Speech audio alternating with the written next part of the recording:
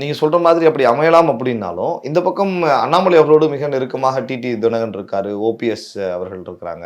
இவங்க எல்லாமே எடப்பாடி பழனிசாமி அவர்கள் மீது பெரிய அதிருப்தியில இருக்கிறப்ப, இந்த கூட்டணி எப்படி இணைஞ்சு பயணிப்பாங்க? அதெல்லாம் அரசியல் இன்றைய அதிருப்தி நாளை எல்லாம் கடந்து போனுங்க. இன்னைக்கு வைகோ அவர்கள் விடவா அறிவாலயத்தை முற்றுகிடுவேன், திமுக எங்கட்சி எல்லாமே என்னதுன்னு சொல்லி அறிவாலயத்தை பண்ணக்கூடிய அளவுக்கு இன்னைக்கு கூட்டணி போலையா? அது மாதிரி வந்து அதிமுக வந்துட்டு அமமுகன்னு கட்சி ஆரம்பிச்சிட்டாரு.